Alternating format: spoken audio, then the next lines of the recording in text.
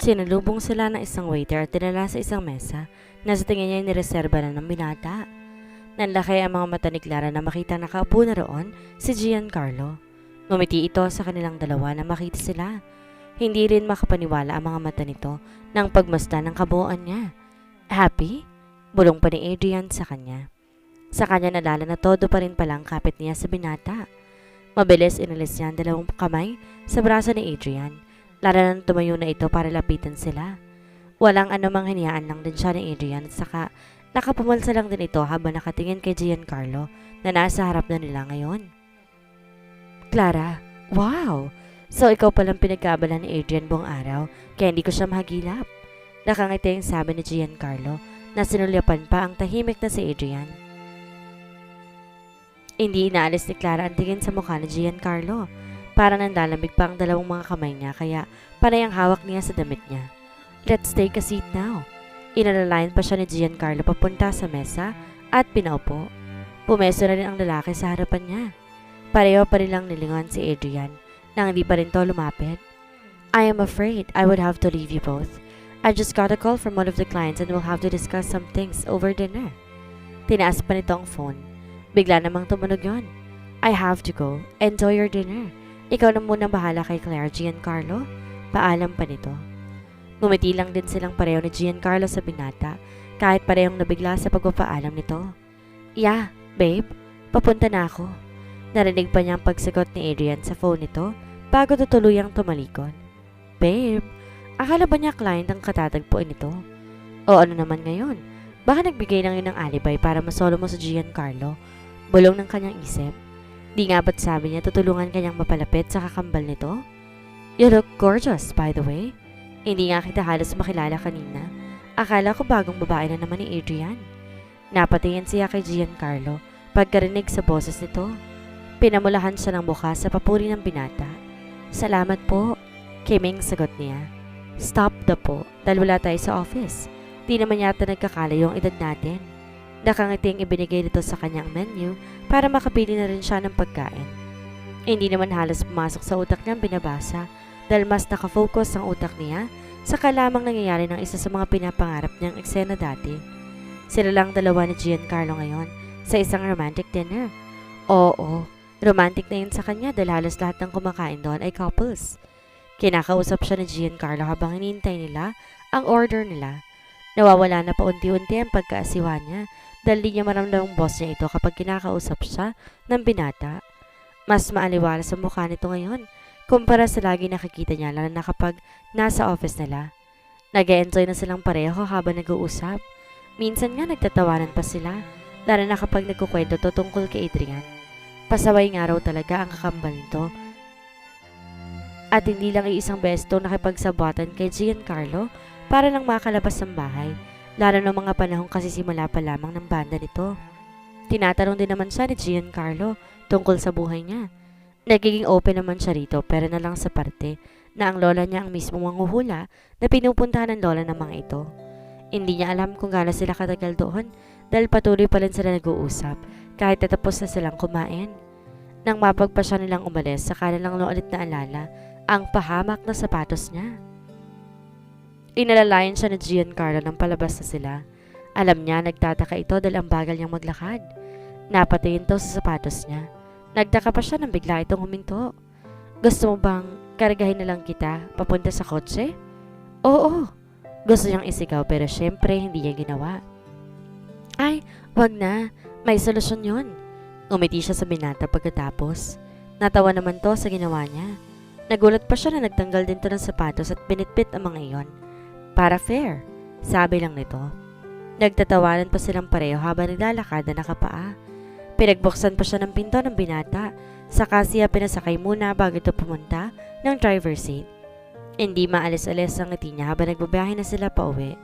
Hindi niya nakita ang sasakyan ni Adrian na makarating na sila ng bahay. Wala rin si Mrs. De Luca. Ang sabi ni Giancarlo, maagang natutulog ang lola nito. Bit-bit pa rin ni Clara ang sapatos niya nung nasa unang baitang na siya. Thanks for the night, Clara. I had so much fun, even with just simple dinner with you. Nakangiting sabi ng binata.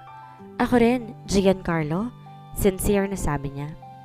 Sa office muna ako didiretso. at may i-review lamang ako. Paalam nito na ang tinutukoy ay ang mini office ng mga ito sa loob ng bahay. Nakangiting tumango lamang siya.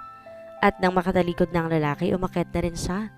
Pakiramdam niya nasa ulap ang mga paa niya. Pagkapasok ng kwarto, tinanggal niya ang salamin sa mata at ipinatong sa ibabaw ng mesa. Pabagsak na humiga siya habang nangangarap pa rin na nakatingin sa kisame at basta na lang itinapon ang sapatos na bitbit sa sahig. Nawala ang ngiti niya ng imahe ni Adrian ang biglang nakita niya. Ipinikit niya agad ang mga mata at pilit isiniksik sa utak ang mukha ni Giancarlo. Saka lang niya ulit ipinikit ang mga mata na makita na muli sa isip si Giancarlo. Hindi niya namamalay na katulog na pala siya na hindi man lang nakapagbihis. Sa kabilang banda, naalimpungatan siya sa mahinang katok sa pinto. Pupungas-pungas pa siyang bumangon. Parang wala pa siya sa sarili nang buksan ang pinto ng kwarto. Ang nakangiting mukha ni Adrian ang nabungaran niya. May bitbit na paper bags ang dalawang kamay nito. Did I wake you up? Tinignan niya ang relo at nakita niyang alas 11 pa lang yon ng gabi. Kakalating ko lang. Ibibigay ko lang sana yung mga pinamili natin kanina. Walang imek na kinuha niya ang mga iniabot nito. Parang lutang pa rin siya galing sa pagtulog. Anong oras ba kayo nakauwi ni Giancarlo? Kararating niyo lang din ba at di ka pa nakapagbihis? Biglang nawala ang antok niya nang maalala na hindi pa nga siya nakapagbihis man lamang. Basta na lang siyang humiga nang di man lang naghilamos. Mabilis pang tumalikod siya sa binata at inilagay sa ibabaw ng kama ang bitbit at pumunta sa harap ng salamin pagkatapos. Nakita niya ang kulot na buhok na parang nagwawala na naman. Babalikan niya sana ulit si Adrian sa pintuan habang sinusuklay ng kamay ang buhok na magulat dahil bumangga siya sa katawan nito. Pumasok na pala sa loob ng kwarto niya ang binata. Otomatikong napatingin siya sa pinto at nakitang isinara nito iyon. Agad na napaatras siya. Pumasok na ako. I hope you don't mind. Baka kasi makita pa tayo ni Giancarlo na nag-uusap sa labas ng kwarto mo. You don't want him to get the wrong idea about us, right? So, kamusta ang dinner ninyo? Dumistansya na rin to ng konti sa kanya. Okay naman. Thank you nga pala sa mga pinamili mo para sa akin at sa bayad sa salon. Naalala niyang sabihin dito. It is part of our deal. Naisipan ni Clarang umalis sa harap nito para maupo na lang sa kama niya. Salamat pa rin. Ulit niya na makaupo na. Nagkiwit balikat na lang to at saka nakapumulsa ulit sa pantalon nito na nakatayo sa harapan niya. Aside sa dinner, may nangyari ba? Ha? Ano naman ang dapat pang mangyari? Takang tanong niya. Kinuha niya isang unan para takpan ang mga hita niya na maalalang maikli nga palang damit na suot. Huminga muna ito ng malalim habang matamansang pinagmamasdan. Okay, let's have our Giancarlo for tonight. Giancarlo is a gentleman. He will never make some advances to innocent women like you. He feels guilty whenever he tries to seduce innocent women. In short, you should be the one to make the first move. Dahil kung hintayin mo siyang gumawa nun baka pumuti ng uwak bago yun mangyari. Ako ang gagawa ng first move? Itinuro pa ni Clara ang sarili para klaruhin iyon. Yup, if you've been waiting to be kissed by my brother, you should give him a hint. Seryosong sabi nito. Napatitig siya sa mukha ni Adrian na para bang binabasa ang reaksyon nito. Baka kasi binibiro na naman siya ng binata. You had a boyfriend, right? It won't be your first kiss, so I'm sure you can do it. I can do it? Ang alin? Ang magpakita ng motibo para mahagkan ako? Namula na agad ang pisngi ni Clara nang isipin pa lamang iyon. I know you're not that kind of woman, but if you are desperate enough to get Giancarlo's attention, then you might want to start with that. Tulalang napatingin si Clara sa sahig. Paano ko gagawin yon? Tanong niya lang sana sa sarili yon pero biglang lumabas iyon sa bibig niya. Why? Did you just wait for your boyfriend to initiate the kiss? You see, gusto din namin mga lalaki na gumawa kayo ng paraan para ipaalam sa amin na gusto niyo rin kami. Bahagyang tumawa pa ito nang sabihin iyon. Hindi maipinta ang mukha ni Clara nang tumingin dito. Well, it's up to you really. I just hope na maging successful ka nga because you know our deal. I will go now. Akbang tataliko na sana to nang pigilan niya. Wait! Napilitang tumayo na siya para tulungan kung paano ko gagawin yon. Pwede mo ba akong tulungan? Napakulutong humarap tuloy sa kanya. What do you mean? Napakamot si Clara sa ulo dahil nahihiya siya sa hinihinging pabor. How to initiate the kiss? Ito na ang nais at tinig ng iniisip niya. Tumango si Clara bilang sagot. Matagal na napatitig si Adrian sa mukha niya na para bang nag-iisip tong mabuti. Hindi ito umiimik pero lumapit ito sa kanya hanggang sa halos magdikit na ang mga katawan nila. Kailangan pa niyang tumingin rito habang ito naman ay nakayuko sa kanya. Isipin mong si Giancarlo ako. Paano mo ako titingnan na parang mapapatitig din ako sa'yo? Naparanok si Clara. Teka lang, sandali. Ani at pinikit muna ang mga mata para maisip ulit si Giancarlo. Nang idilat niya ang mga matay na natiling nakatitig pa rin si Adrian sa kanya. Okay. Huminga muna ng malalim si Clara at saka sinimulan na ang assignment. Pinapupungay niya ang mata habang nakikipaglabanan ng tingin kay Adrian. Ilang beses pa niyang pinagalaw ang talukap ng mga mata na para bang nagbo-beautiful eyes. Wala namang ka-ekspresyon ang mukha ni Adrian. Maya-maya napapahalokip-kip na si Adrian habang di pa rin siya tumitigil sa paggalaw-galaw ng mga talukap. You know what? If I were Giancarlo, I might call for an exorcist dahil para kang sinasaniban sa ginagawa niya mga mata mo. Parang nababagot na sabi ng binata. Wait, I can do this. Sumasakit kasi ang leeg ko kakatingala sa'yo eh. Pwede bang umupo tayo? Mas lalo pa siyang na-challenge sa pagsubok na iyon.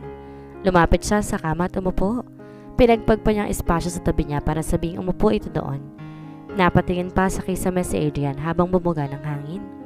Umupo nga ito sa tabi niya. Nagulat na lang to nang hawakan ito sa batok at inilapit ang mukha rito. Tumitig muli si Clara sa mga mata nito ng ilang segundo bago bumulong na nagsalita. Giancarlo, I really like you. I just want you to kiss me. Diretsong sabi niya. Pumikit siya at gumuso pa habang nanatiling nasa batok nito ang isang kamay niya. Tumikhim si Adrian maya-maya. Are you waiting for me to kiss you or I'm not really sure what's happening here? Parang litong-lito din ang tono ng boses nito. Napadilat si Clara at saka bumitiw sa pagkakahawak dito at inilayo ng mukha. So sa tingin mo ba okay na yung ganon? If ikaw si Giancarlo, hahagad mo na ba ako nun? Curious pang tanong niya. Nope. Diretsong sagot ng binata. I think manood ka muna ng mga palabas na may mga kissing scenes then learn from them. Akala ko ba tutulungan mo ko sa kahit anong paraan? Matagal na napaisip muli ito. If you badly need my help, then you should cooperate. Baka naman masampal mo kung bigla nang wala sa oras. Swear, tatanggapin ko lahat ng tulong mo. Itinaas pa ni Clara ang isang kamay bilang pangako. Okay, I think pagsimula muna tayong alisin ang pagkailang mo kapag napapalapit ka sa isang lalaki. I am not sure kung gaano kayo ka-intimate ng ex mo but I can see na hindi ka sanay sa mga ganitong moments. You will never succeed in making your first move kung naiilang ka kaagad kahit sa konting pagkakalapit mo lamang sa akin. You don't even have feelings for me. Paano lang kaya kay Giancarlo? So anong dapat natin gawin? All you need to do is to sit still. Tanging sagot nito. Di nga siya kumilos. Tumigil ang paghinga niya ng hawakan nitong pisngi niya. Dahan-dahan inilapit ni Adrian ang mukha nito sa kanya habang lumipat ang tingin nito sa mga labi niya. Mas lalong di siya makahinga dahil pakiramdam niya magdidikit na ang mga labi nila sa konting kilos lamang niya. Claire, you need to breathe and stay calm. Paanas pang sabi ni Adrian. Tinulak niya ang binata dahil parang hihimatayin na siya dahil naubusan na nga siya ng hangin. Saka lang siya humiga ng malayo na ito sa kanya. See? Nakangiting sabi nito. Tumayo na to pagkasabi nun. Matulog na tayo, Claire. That's it for now. Hindi na nag-isip pa si Clara at bigla siyang tumayo. Hinila niya sa isang braso nito para mapaharap sa kanya. Pumulupot agad ang isang kamay niya sa batok ng binata at hinila ito para mailapit ang mukha sa kanya. Tumingkayad pa siya para maabot ang mga labi nito. Pinagdikit ang mga labi nila at otomatikong kumunyapit na rin ang isa pa niyang kamay sa leeg nito. Agad na napayakap ang dalawang braso ni Adrian sa bewang niya para alalayan ang katawan niya nang hindi pa sila matumba. Pumikit siya at dahil hindi niya alam kung paano humagkan, paulit-ulit niya lang itong binigyan ng smack kisses. Natigilan lang siya na marinig ang mahinang pagtawa ni Adrian. Agad na inilayo niya ang mga labi sa binata. Saka lang din naman nagsink in sa utak niya ang ginawa. Inalis na niya ang pagkakayakap sa leg nito at lalayo na sana, pero nakayakap pa rin sa bewang niya si Adrian. Kitang-kita niya ang amusement sa mga mata nito nang tingnan niya. Don't tell me na hindi ka malang nahag ka ng boyfriend mo dati. Namumula ang mukhang tinulak niya ang katawan ng binata, pero hindi man lang ito natinag. Alright, consider this as part of my health. Dugtong pa nito. Bago pa makapagsalita si Clara, hinila ng isang kamay nito ang batok niya. Mabilis na naglapat ulit ang mga labi nila.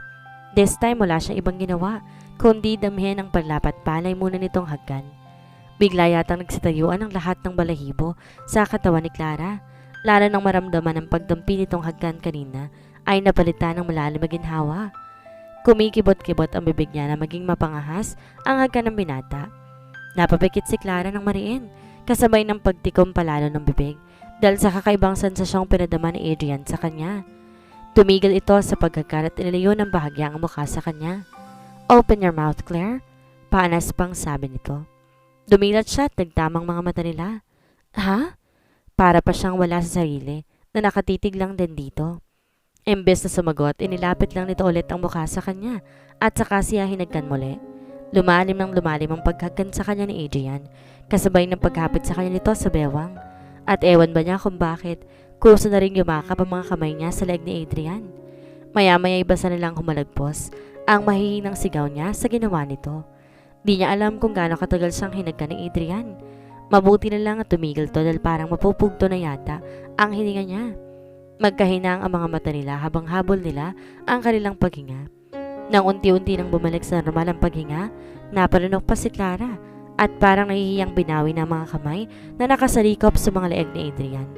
Kusa na rin tong bumitiw sa pagkakahawak sa kanya habang hindi inalis ang tingin sa mukha niya. Wala sa loob na napahawak siya sa magkabilang pisngi nang maramdaman ng pag-iinit ng mukha. Matagal na katahimikan na namagitan sa kanila. Si Adrian ang unang nakabawi.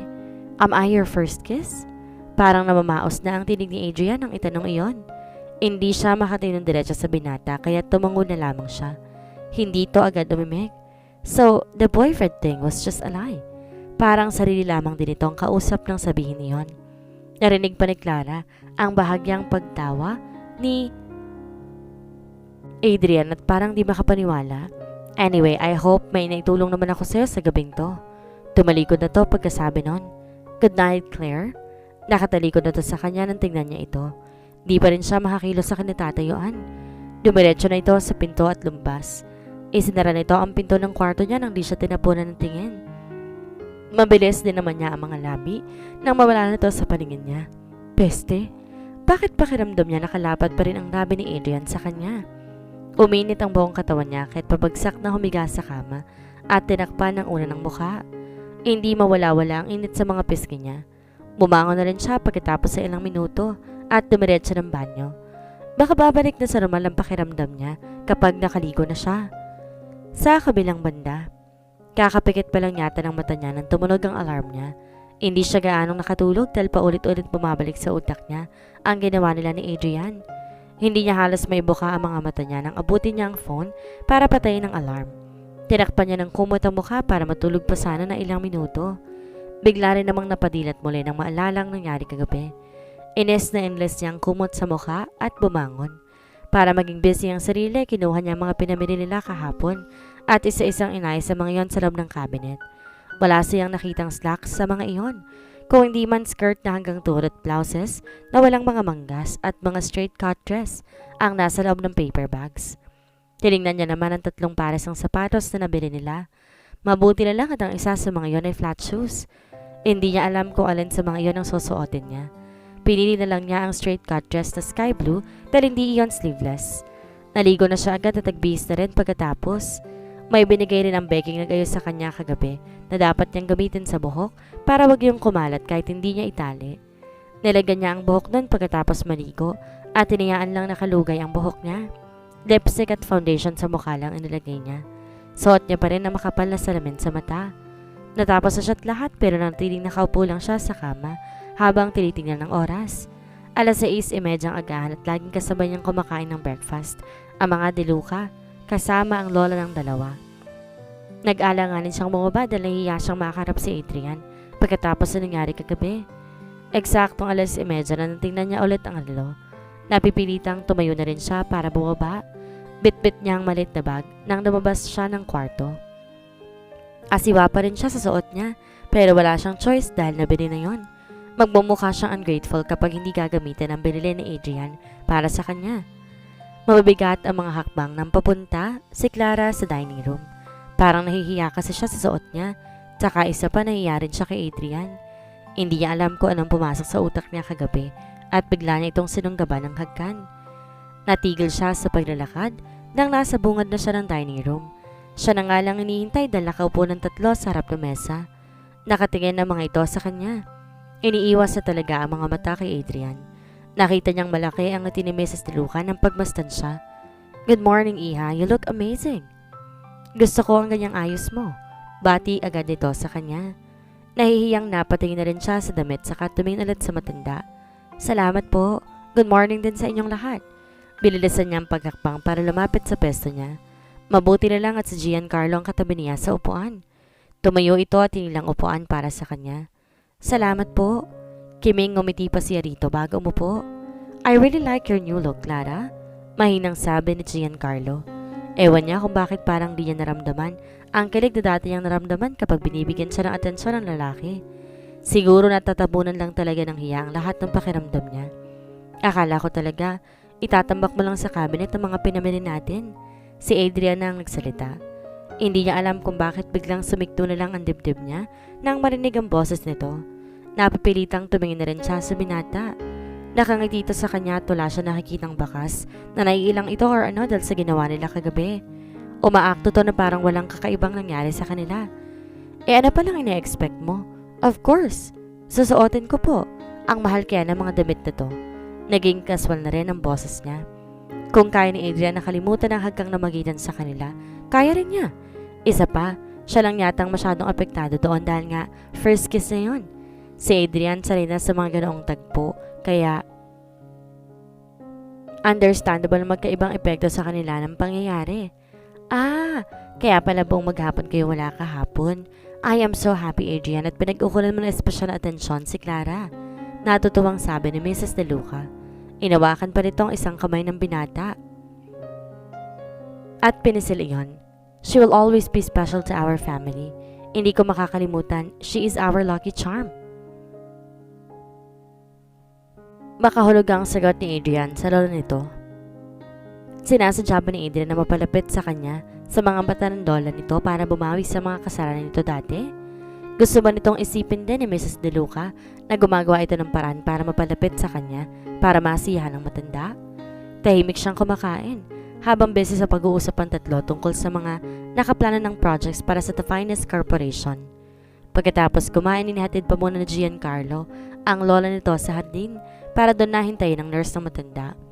Nagulat pa si Clara nang sabayan siya ni Adrian palabas ng bahay. "If you will always listen to my advice, I am sure in no time, mapapansin ka rin ni Giancarlo bilang babae." Mahinang sabi nito habang naglalakad. Hindi niya alam kung anong sasagot sa binata. Mabuti na lang at dumating si Giancarlo. "Sa akin ka na sumabay, Clara?" Alok ni Giancarlo. Savor the moment. Kinindatan pa siya ni Adrian ang sabihin iyon ng pabulong. Umalis na to at pumunta sa nakaparadong motor sa harap ng bahay. Isinuot na nito ang helmet bago bumaling sa kanila ni Giancarlo. "I'll go ahead." Pagkasabi nun, pinaandar na nga nito ang motor at umalis. "I know you won't feel comfortable kung aangkas ka kay Adrian na ganyan ang suot mo," sabi ni Giancarlo at sinundan din ng tingin ang papalabas na ng gate ng motor ng kakambal. Yun ang unang beses na nakita niya itong sakay ng motor nito. Kadalasan kasi, kotse ang unang ginagamit ng binata papunta ng opisina. "Let's go." Inalalayan pa siya ni Giancarlo. "I'll go ahead." Yun ang unang beses. At pinagbuksan pa siya nito ng pinto. Giancarlo is always a gentleman, kaya niya ito nagugustuhan talaga. Bakit kailangan ipaalala mo sa sarili mo kung anong nagustuhan mo kay Giancarlo? Kinukulit na naman siya na nagdududa niyang isip. Ano ang gagawin ni Clara sa ginawang ensayo nila ni Adrian? Magkakaroon ba ng spark sa kanilang dalawa? Yan po ang ating aabangan sa susunod na kabanata.